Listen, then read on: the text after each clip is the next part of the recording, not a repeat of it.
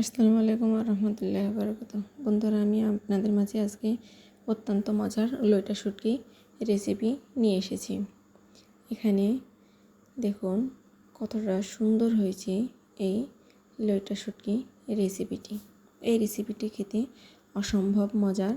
আপনারা অবশ্যই একবার হলেও বাসায় ট্রাই করবেন। এখানে আমি 200 গ্রাম লইটা শুটকি ছোট ছোট করে কেটে নিয়েছি।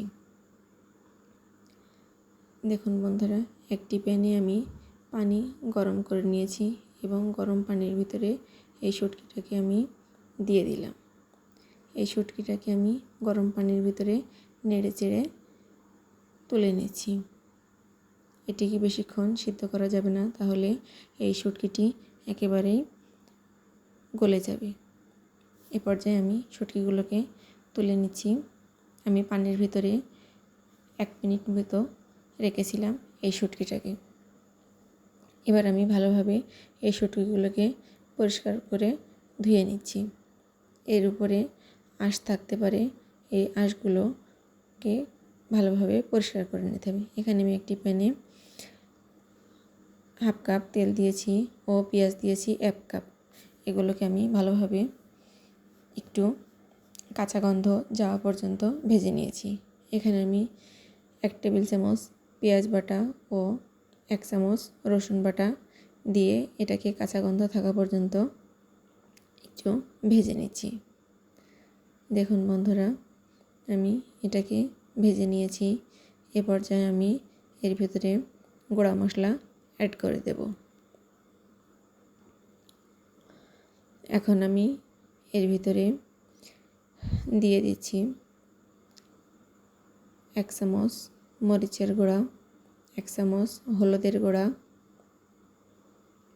1/2 চামচ ধনিয়া গুঁড়া, 1/2 চামচ জিরা গুঁড়া ও স্বাদ মতো লবণ এখানে দিয়ে দিলাম।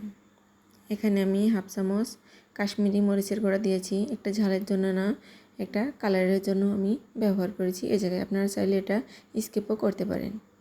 আমি এখানে 7-8টা কাঁচামরিচ মাঝখান থেকে চিড়ে দিয়ে দিয়েছি। এই মশলাগুলোকে আমি একটু নেড়ে চেড়ে মিশিয়ে নিচ্ছি। এখন আমি এখানে 1/2 কাপ পানি অ্যাড করে দেব। পানি দিয়ে এই মশলাটিকে ভালোভাবে কষিয়ে নিতে হবে। এই মশলাটি যত ভালোভাবে কষানো হবে ততই মজা হবে এই রান্নার টেস্টি।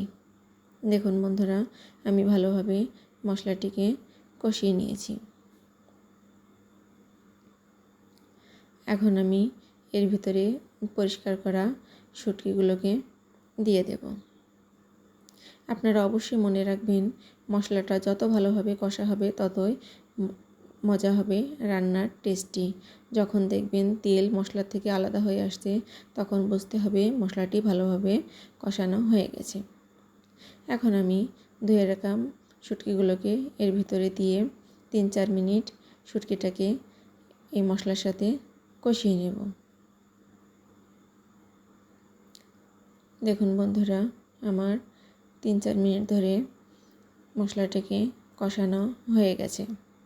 এখন আমি এর ভিতরে পানি অ্যাড করে দেব। আমি এখানে 1 কাপের একটু বেশি পানি ব্যবহার করেছি, কারণ এই শুটকিটাতে আমি বেশি ঝোল রাখবো না। এই শুটকিটা মাখো মাখো করে আমি রান্না করব। দেখুন আমার শুটকিটাকে 3-4 মিনিট ধরে কষানো হয়ে গেছে। এখন আমি এর ভিতরে পানি অ্যাড করে দিচ্ছি।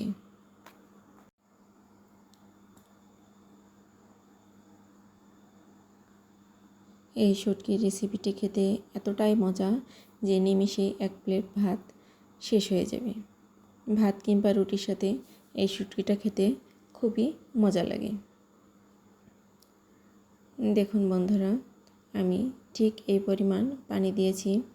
আপনারা যদি ঝোল বেশি খেতে চান সেক্ষেত্রে একটু পানি বেশি করে দিতে পারেন, কিন্তু আমার কাছে মনে হয় শুটকিতে ঝোলটা কম হলেই শুটকিটা বেশি মজা লাগে।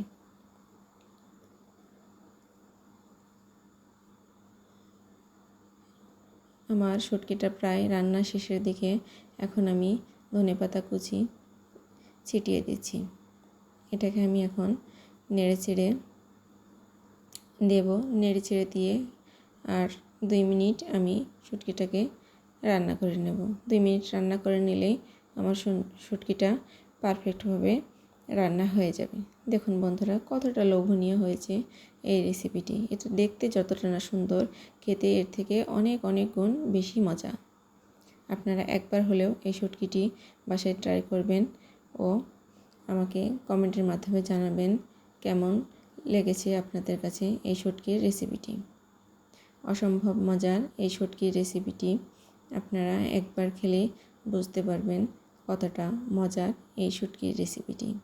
আমার রান্নাটি যদি আপনাদের কাছে ভালো লেগে থাকে অবশ্যই আমার চ্যানেলটি সাবস্ক্রাইব করে দেবেন এবং কমেন্টের মাধ্যমে অবশ্যই আমাকে জানাবেন কেমন লেগেছে আপনাদের কাছে আমার এই রেসিপিটি।